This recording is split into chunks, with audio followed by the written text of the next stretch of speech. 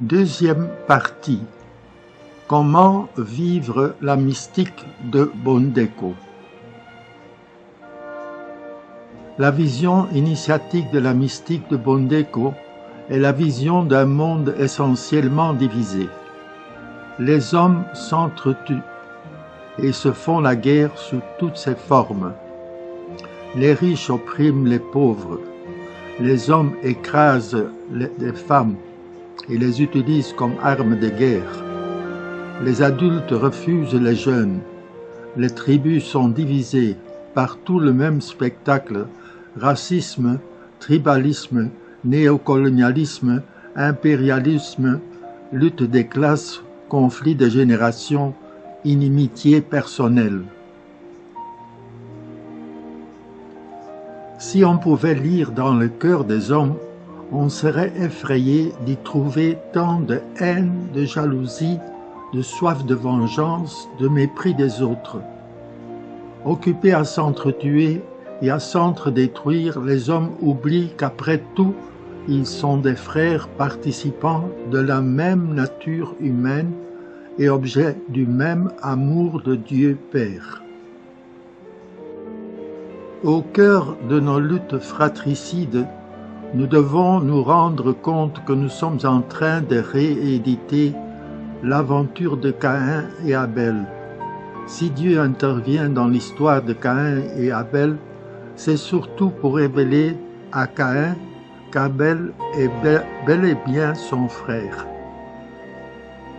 C'est cette fraternité dans le Christ qui est la valeur suprême que nous devons proclamer, pour laquelle nous devons travailler activement, car dans chaque guerre, tous sont finalement des perdants. Tous sont à la fois des victimes et des assassins. Pour rendre habitable notre terre selon le plan de Dieu, nous avons la mission d'aider les hommes à déposer leurs armes multiples et à s'accepter comme frères dans le Christ. C'est cette valeur évangélique que nous appelons mystique de Bondeko, tous frères dans le Christ. Mais nous devons apprendre à discerner les causes véritables de nos divisions. Il nous faut du courage et de la lucidité pour découvrir et dénoncer toutes les forces d'inégalité et d'injustice qui dressent les hommes les uns contre les autres. Nous devons apprendre à discerner les formes mensongères de solidarité qui nous referment sur un clan, une ethnie, une classe sociale et nous dressent ainsi contre d'autres groupes humains.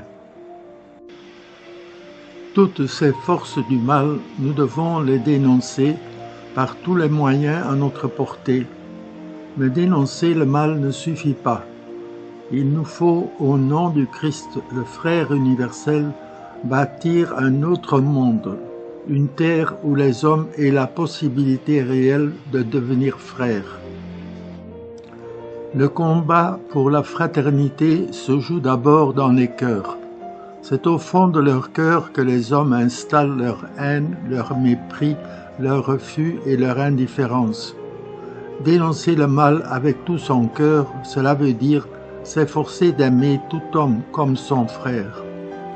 Qu'il s'agisse d'un pauvre ou d'un riche, d'un supérieur ou d'un inférieur, d'un homme ou d'une femme, d'un enfant, d'un adulte ou d'un vieillard, peu importe, tout homme est mon frère.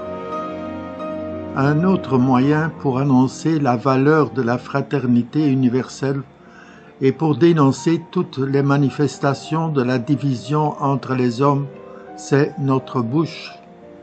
Jésus a dit: « La bouche parle de l'abondance du cœur ». Si notre cœur est gonflé par l'amour universel, nous n'hésiterons plus à parler chaque fois qu'un homme est écrasé ou blessé dans sa dignité de frère, mais nous ne devons pas seulement nous contenter de parler. Il nous faut poser des actes concrets et prophétiques qui actualisent nos paroles. Il y a des exemples à suivre et à encourager. comme ces jeunes qui essayent de rééduquer les enfants laissés pour compte, qu'on appelle enfants de la rue ou moineaux. L'apôtre Jacques nous parle longuement de la nécessité de prouver notre foi en la fraternité universelle par des actes concrets, surtout à l'égard des personnes les plus méprisées, des exclus, des pauvres, des opprimés, bref, de tous les marginaux. Notre manière de vivre dans le groupe des bilingués n'est-elle pas un lieu initiatique et privilégié pour nous initier à la mystique du Bondeko? Oui, la fraternité qui unit les bilingués chômeurs, universitaires ou travailleurs est à la base de notre agir. Mais c'est seulement le commencement.